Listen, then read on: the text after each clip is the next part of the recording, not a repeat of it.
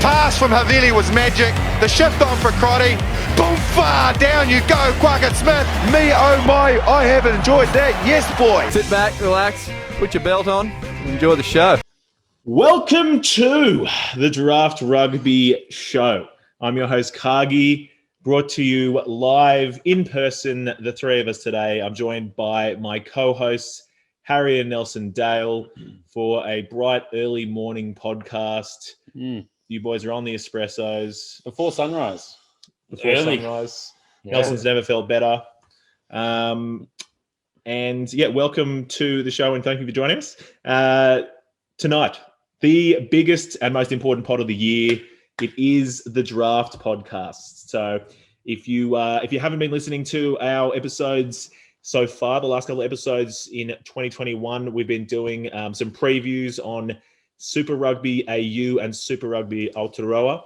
Lots of great content there. We discussed some new players, which players are going to step up and whatnot. But look, that's all. Don't forget the other podcast, mate. The new Hot Shit podcast. The new Hot Shit podcast. Yeah, it's bad. Lots of Harry's sound editing that has been going to plan. It's been good. But Hot shit. Very good. But tonight's pod is the one that you want to tune in for if you're serious about fantasy rugby. So two of us here and Nelson. And I want as many as you, mate. That's true. Actually, no, to be fair, Nelson he's taking time off his professional rugby career to concentrate on a professional draft career this year. I've retired. Who are we calling him this year, Harry? Fraser McRae. No, yeah, I'll take that. But you're going to call me Ulysses, but I'll take Fraser McRae. Jordan Ulysses, the prince that was promised. Nelson's the new prince. You call me Fraser. He's been saying for years. It was before it was the marriage. Then it was, look, I'm playing rugby. I mean, now he's got no excuses, really. I mean, you're 2 years, I'm still married. Yeah, but you're a couple of years into that, mate. It's all over now. You know what I mean? Yeah, exactly. So, look, I've specifically said no to coaching for this. So if anyone else in the podcast is listening, anyone from the club, I'm sorry. The prince that was promised. Very good. He must be a champion this year, surely. We'll revisit that, I'm sure, throughout 2021. But no, without further ado, let's get into it. Our menu for tonight, for entree, we are going to have a quick look at our top three fantasy picks for the season that we picked in 2020. I assume that's in the combined Super Rugby AU and Aotearoa, not the... pre-COVID. This will be the pre-COVID. Oh, this is the pre-COVID. Yeah, we didn't do another one before that. It was too frantic. Too much was happening. That's why there's South Africans in there or Argentinians in there. Yeah, you're just reading the 90% Kiwis and thinking it could be. Well, I mean, any fantasy assumptions are made. That's fair. So we'll visit those and then we will make our picks for this year's 2021 combined Super Rugby AU and NZ's top fantasy players, unique players. Nelson, who picked last time, gets to go first. Harry in second, and they're going to leave me lots of great players in third. So looking forward to that. For main course, we're going to go through each position and look, the stuff you wanted to know. We're going to go through who are your top picks, your VOLP. Harry, what's your VOLP? The value of the last picks are looking at the difference between the first pick player and the last pick starter in an 8-man league to see what the difference is if you prioritize positions in different ways based off of that. Very good. Looking at your value-based drafting. So how many players are there in each position that make their value higher or lesser? If there's, fewer players that are exceptionally good, then their value goes up quite a lot. Yeah, I mean, you don't want to get stuck to just picking outside backs, thinking they're high scorers. Every year you're going to find there might be Richie Mo'unga a mile above the next 10. That might make him the most valuable. You might find the same with hookers. You might find the same with locks. And although they're not scoring as many points each week, they are more valuable to your team because the points that they're scoring in comparison to people of the same position.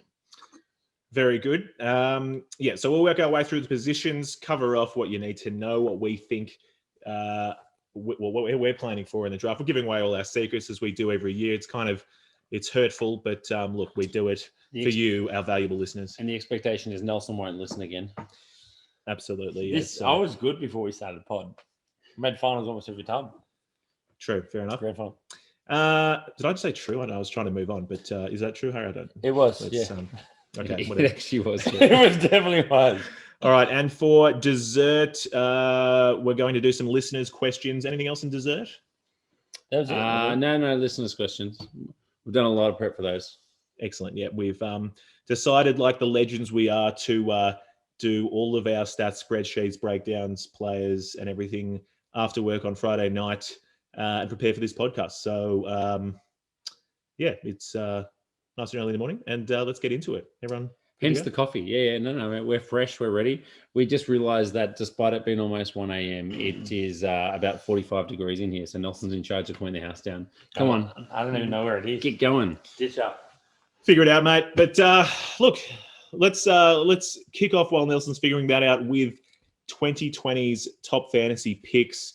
Harry, I've done a lot of talking, mate. Why don't you take us through what were we picking in 2021? So Harry got first pick, and he went for Damien McKenzie. Classic Harry move, always going for Damien McKenzie. Then he went for another low-hanging fruit. Look, I don't usually like defending Harry, but Damien McKenzie did see him through about 4 years of fantasy into the finals. So. 100%. He legitimately was like the top point scorer for fantasy for maybe 3 years. Right? He tugs at the heartstrings, doesn't he? Yeah. He's still front and center on our website, isn't he? After DMAC, who do you go for, Harry? After DMAC, I think the obvious choice was Sevu Reece because he was the game winner in 2019. And then I went Anton Leonard-Brown, the world's best center. I think I've said that about 60,000 times on this podcast, despite maybe not having the best year last year. And I just thought he was a rock-solid center that could just keep rising. And I expected big things from Warren Gatlin's Chiefs last year, which obviously didn't help. You said when I was completely wrong about that. You said he was the world's best center. What about Proctor? Which one? The older one. Was that Coach Boyd? Coach Boyd's tip was he was the world's best center. Yeah. The three I went for was Richie Moe, he's a pretty good player. You might have heard of him. Not a bad pick. Actually, 100% correct, wasn't it? Yeah, I think so. No. It didn't end up being on our combined It does. Yeah, he was pretty good. We'll just go with that. Are we going off averages? Yeah. So fourth. Not bad, though. Yeah, it's fourth. My second pick was Folau Fainga, who faded away a lot. He was very, very good in the pre-COVID, and then he faded away after that. And I think he was pretty average for the rest of it. So he wasn't that close. And then the third was Julian Montoya, who I think you look like you're at a loss there, mate. Yeah. I get like. You ran out of names, but you didn't know anyone else. No, I just thought he'd do okay. I didn't realize he wouldn't play all year. COVID was hard to predict. Cargie, mate, what'd you go with? I went with the minibus, Nani Lamape, who was he was injured, so he was up there. Though on averages, man, he was right up there. Like he 10th. Was, but 8th, 9th. Yeah, but still, how much of the season did he miss? The majority of the. It doesn't matter when you talk averages. Yeah, no, he only just a little bit at the back end. That's true, but Nelson, if you get a really good player and he plays one game, has a high average, then doesn't play the rest of the season, technically his average is still really high, but he's not getting any more points. Just so you know, that's how that works for this year. But if you want to take notes, you can get it. No, don't worry about it. After Lau Mape, I picked I guess I wrote down whichever Crusader plays more, George Bridge, what a cop out, or Will Jordan. What a cop out. Yeah, look. So we'll give you nothing for that. No, let's check. George Bridge, Braden, or Will Jordan. All right. And who played the most? Probably Jordan Will played Jordan. 10 games. George Bridge played 11. We've got minutes there, actually. Okay, true. 680 for Will Jordan. George Bridge 840, so definitely beat him. And Enor got his injury, so I don't think he's up the top there and he's way down the list. But either way, mate, you're definitely wrong because Will Jordan is the least minutes out of the first two and had the top overall score. Had no idea. Look, no idea. Can you blame me for just picking the Crusaders outside backs? Not really. So, no, not at all. And then in last, I brought my boy Akira Ioane, who I guess had a slow start to the year with pre-COVID's Super Rugby, Hoskins to Tutu having an absolute blinder of not just that season, full year, but usurping him in the number 8 position, but worked his way back in, starting at 6 for most of the year and ended up having a pretty good one. So he was actually 17th in the post-COVID. Not If that bad. helps you. That's pretty good on averages. Yeah, That's quite good. that'll do. Seeing as he's had some weak years leading up to it as well. Indeed, he has. Well, very good. So that was. How do you think we did? We did all right. Well, no one said Will Jordan. I'm not sure how that really happened. I know you thought if he played game time, but none of us If you said really everyone. realised. Yeah, none of us realised that number one, Will Jordan was going to be the top scorer no matter how many minutes he played, and we all thought that it could be a year that Caleb Clark could come through, but we didn't realise he was going to have the second highest average overall. Yeah. So that I guess exceeded our expectations. And then Cody Taylor somehow did not get named in the top 9. Yeah, it's pretty amazing. You picked Julian Montoya instead. Man, I picked 2 non-Kiwis, and neither of you picked Kiwis. This has also been a theme with your fantasy sides over the last few years. Have you noticed that you've ended up with a lot more of the South African conference players? No, I don't normally get that many Southers. Feel like you do, compared to Harry and I anyway. The Duprees, maybe. Just Dan. No, but Let's you always picked the Dupree that wasn't having a good year, though. You got the wrong brother the right year. That was a good thing. But... All right, so we're going to move on to our top 3 picks for the whole competition for 2021 over the 3 competitions. I'm going to start off. I don't think this is too complicated. I think if I don't get one of these, something is severely wrong. I'm going to go first, David Havili, second Will Jordan, and third Richie Mo'unga. I've got to say, God, I hope I'm top 3 pick. I'm pretty sure the top 3 managers will get those 3 players. Yeah. And they will make the finals. There's only one final spot left already. It kind of feels that way. Yeah. That's okay. Needless to say, though, I'm incredibly confident on my top 3. Okay, very good. Yeah. So I've gone Sevu Reece, and I know it didn't seem like he had the biggest year last year, but you just wait till I get to the stats. You'll jump on board this Sevu Reece train. Cody Taylor. Yeah, big. How do we miss him last year? Second overall last year. Same average as Richie Mo. Second. If Julian Montoya was playing for the Force this year, would you have picked him over Cody Taylor, though? That's the question. No, so not. No. Look, And to put it in perspective, he has the same as Mo'unga and Caleb Clark. And he's a hooker. He's a weapon. And finally, I've gone Nani Lamape. I think it's a bit of a blowout. That's a bit of a mistake for you. That's all right. Oh, mate. You just wait till he gets going. I stand by the fact that if there's no 9 and 10, this year he's playing 9. I absolutely back Harry on this. When the Hurricanes team has gone to junk, there's one man they will give the ball to and who will get all of their fantasy points, and it's Nani Lamape. The thing is, he has no one to pass him the ball anymore. Because he'll pick it up, mate. He'll just go into halfback. Artie Sevilla will do everything for them. You watch. Nani will stand at every position in the backs this year. He will pass to himself. He'll pick it up from the halfback. If you've never seen someone pass themselves in the backs, you will this year. All right, Craig, let's see what you've got, mate. Excellent. Now, look, I kept the suspense going, tried to still buying my time thinking of who my 3 were. No, very simply, I'm going to go with, do you want to guess? Clark? I am picking Caleb Clark, the big dog. Tate? No and no. Akira Ioane? No. You're not doing Mark Talea. No. Okay, go on then. There you go. We'll very good. Out of our misery. So Caleb Clark came in at second last year. I expect him to go from strength to strength, continue on getting even better this year, if that's possible. Don't know, but it'll be huge.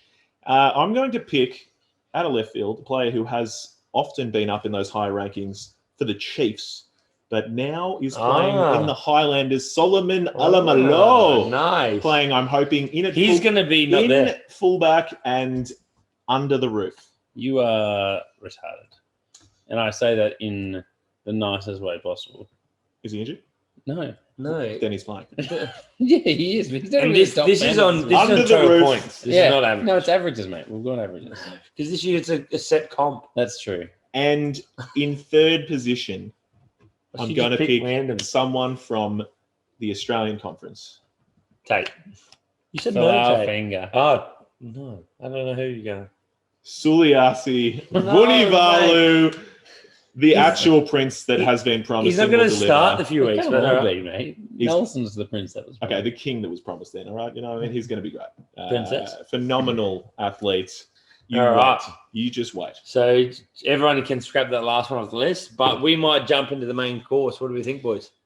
Are you trying to shuffle us along, Nels? You're not tired or anything. I can't listen to you. Before we get into the main course, we would be reticent if we didn't mention This is obviously up on YouTube. We've finally got all together in person for this. So please get after us on YouTube.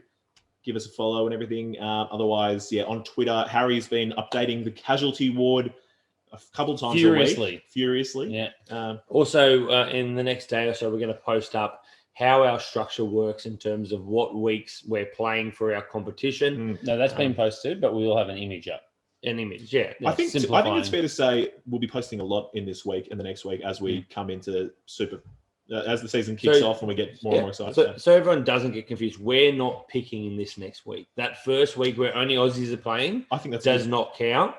So you can do an extra little bit of homework on the Aussies, and then we're starting in week 2 of the Aussie Super Rugby Conference. Yep. And round 1 of Super Rugby Aotearoa. That's a good shout, and I think also worth mentioning on top of that is, so in terms of picking the draft order, we talk about that a lot, but next Friday, 2 games of Super Rugby AU, we're all getting together, and Harry's come up with this awesome scheme that we've all been randomly allocated 6 players, and whoever comes out with the top fantasy score, Super 6, gets the top pick in the draft. Bring on the Super 6. Taniela Tupou is going to score 200 if I'm going to make top 4. We'll see. So anyway, let's get into it. The main course, the draft. Let's do it. Starting with props. Can I just say, before we move on, I did have a note here. The AB's resting protocol has been updated for anyone that hasn't seen it. Basically, there is none. So they were told in this preseason trial, just go on the first trial, that they could only play 40 minutes. That's it. Apparently, they're just trusting the teams this year to actually manage these loads. So the massive change from the last couple of seasons that you don't really have to worry about them resting players. So all the All Blacks that lost value because of the leading to the early season and for the 2 weeks of rest and worrying about consecutive games and how those things to be managed, no more. So New Zealand were 12 or so of the top 13 picks. Now they're 13 of the top 13 picks. I think that's fair to say. Yeah. Tate was up there. No, he's just dropped out. That's excellent news, particularly in this smaller format where you don't get a full bench. That's great news for fantasy managers. Yeah, because that could be scary otherwise. Absolutely.